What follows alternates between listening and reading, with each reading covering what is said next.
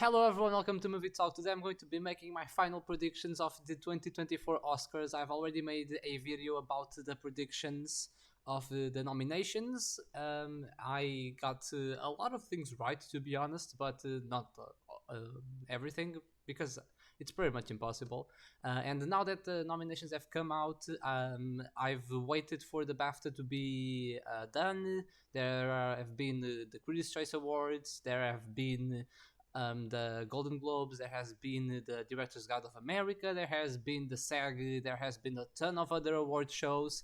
I've waited um, I've waited every of those shows to be over and to for me to make my final predictions because I wanted to see what the other people were thinking, what the other award shows were doing, and I want to make my final predictions. So here, you can see here that I've got some here in the Golden Derby. I have the categories. I'm going to be making my predictions. I'm not just going to be making the predictions, as I'm going to also be telling the one that I'm rooting for, like the one I would choose to be the best. Like in this category, for example, I think that the winner is The Boy and the Heron because it's winning everything.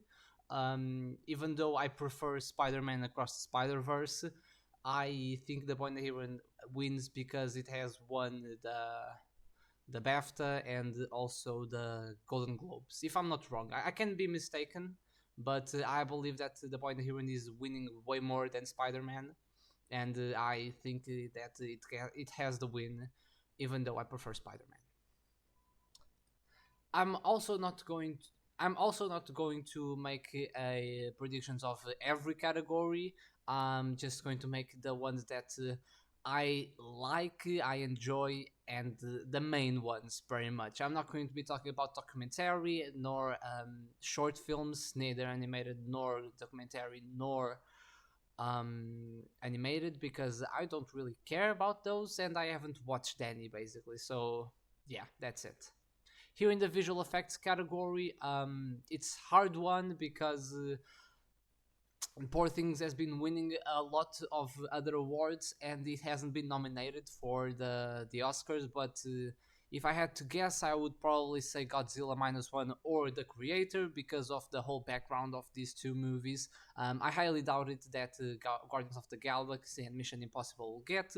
Napoleon is pretty much impossible because they don't have a lot of visual effects to show, and The Creator and Godzilla minus one are probably the ones with the highest possibility, with the highest odds, because it's these two movies that were highly talked about because of the visual effects, especially because none of these two have a big budget, and that's a really cool thing to announce on their marketing campaign.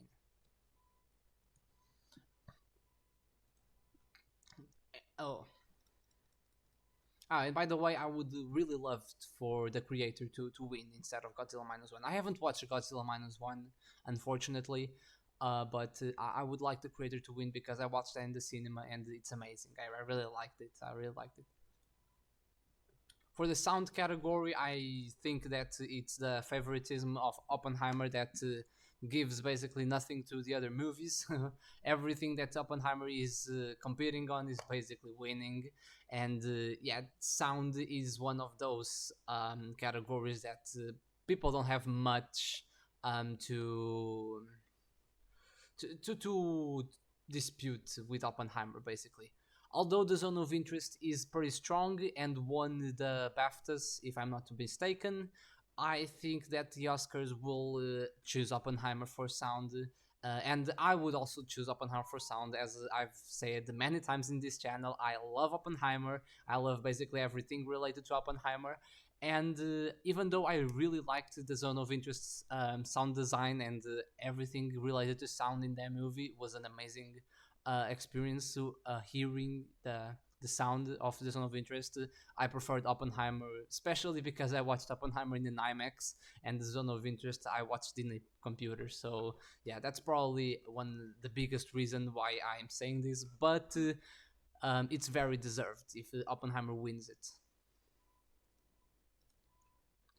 For best song, I mean, I haven't heard these two songs from Flaming Hot and American Symphony. I didn't watch these two movies. It's very it's very hard for Killers of Flower Moon to win this category. No marketing for it, and Barbie. It's all obviously the main competitor in this category. I think that What Was I Made For wins because it's one of the biggest songs in the last year, and it won two awards. I know I'm Just Ken won in the Golden Globes, but What Was I Made For won in the BAFTAs and in the Critics' Choice Awards, and I just think that What Was I Made For is the song that people prefer to listen to, even though I'm a really big fan of I'm Just Ken, and I really prefer. I don't like Billie Eilish songs. As a person, I don't really have much of opinion on, but her songs I don't really like. It's not my type.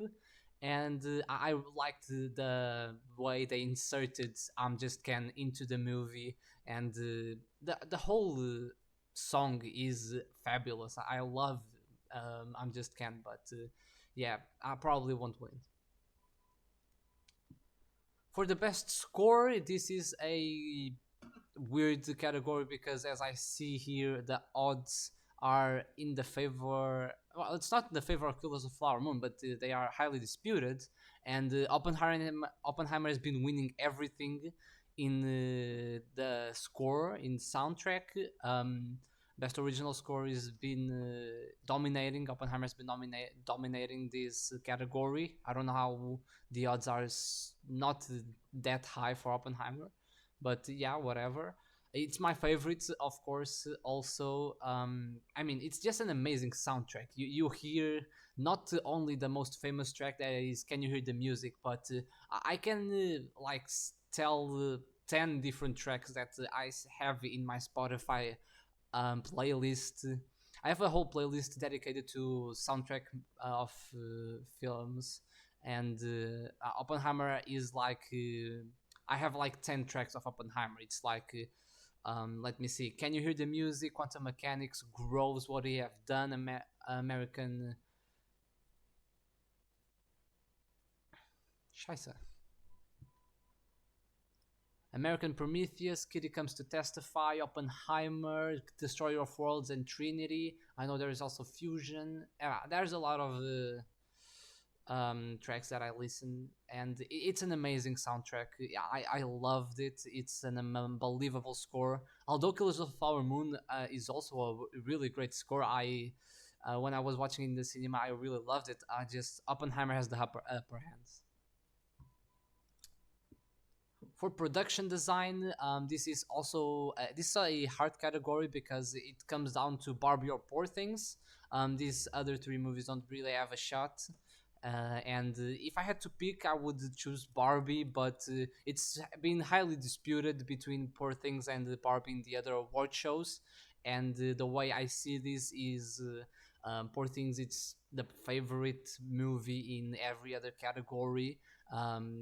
With against Barbie, so I could see the award easily being given to Poor Things, but I can also see the scenario of people being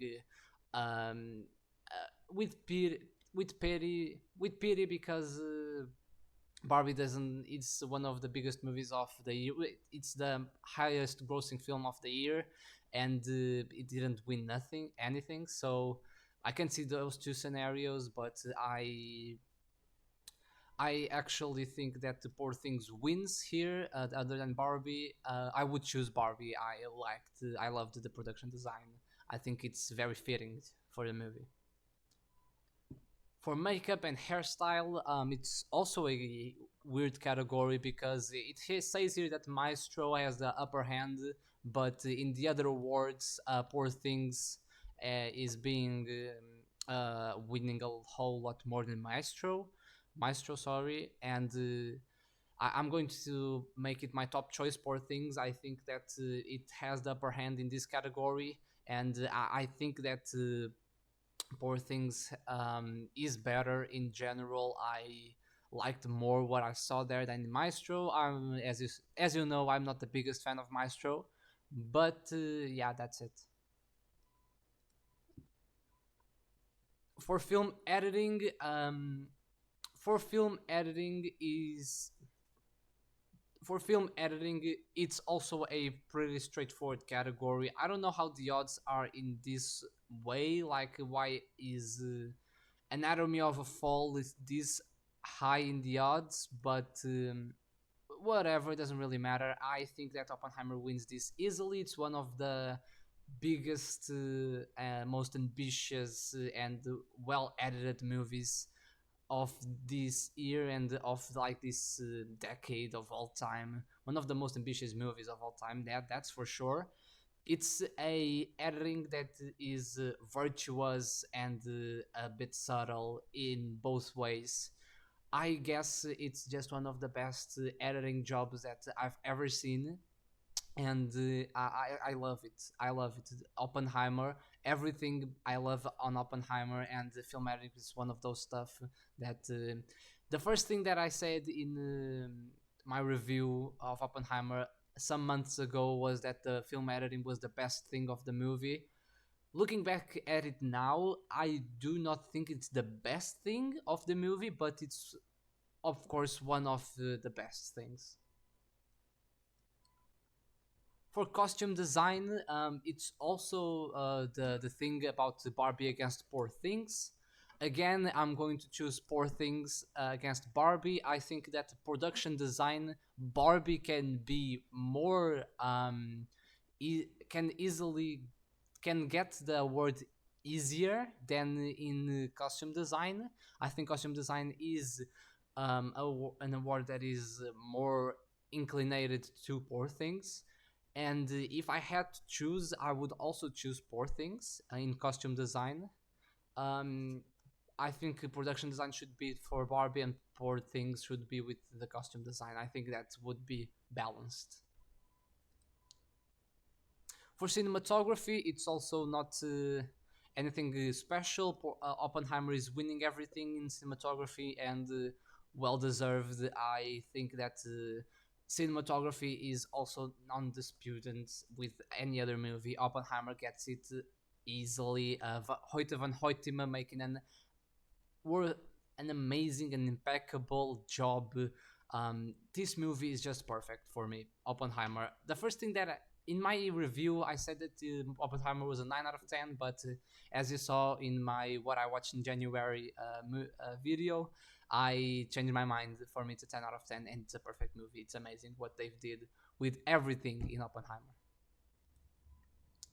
For best original score, it's a battle and a half. I have to say that because I don't really know if Anatomy of a Fall wins over the Holdovers.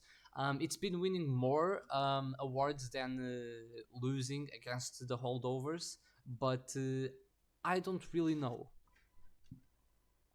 I was gonna check for the Writer Gods of America awards, but it hasn't happened yet, so can't talk about it.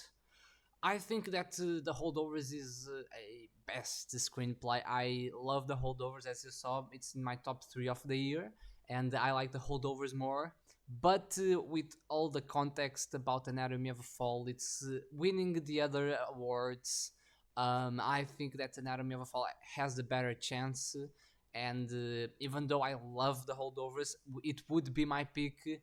I just don't think it has the upper hand. For adapted screenplay, it's a very weird category because American Fiction won in the BAFTAs or the Golden Globes. Was it the BAFTAs? American Fiction won Best Adapted Screenplay in the BAFTAs. I have no idea how or why, what the hell was happening in the people's heads for winning American Fiction. I don't know, whatever. Killers of the Flower Moon, it's not in this category. I don't know what happened in the Academy, but I know that people didn't really like what Scorsese did, focusing more on the Osage tribes than in the FBI investigation.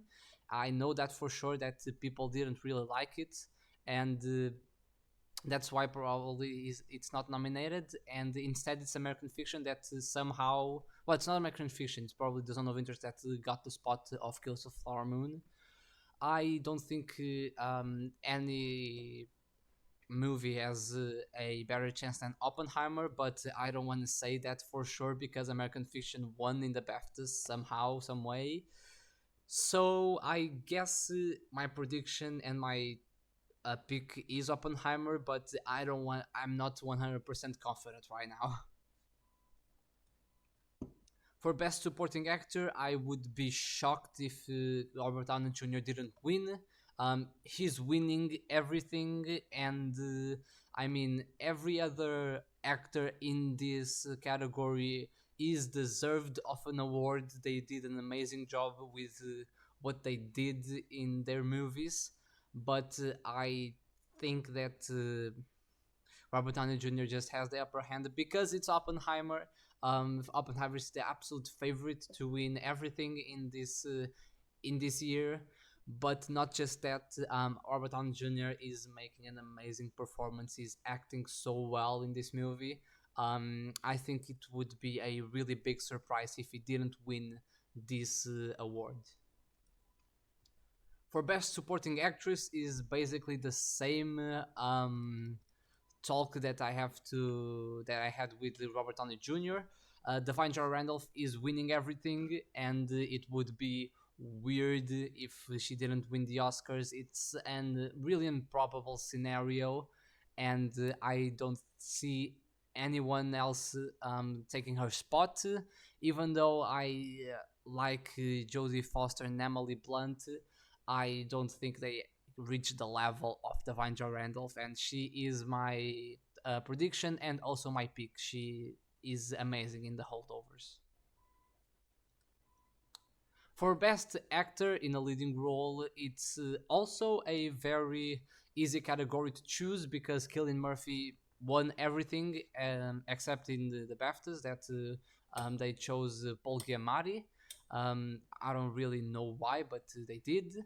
Well, it wasn't in the BAFTA, so it wasn't the Critics' Choice Awards. Yeah, it wasn't the Critics' Choice Awards.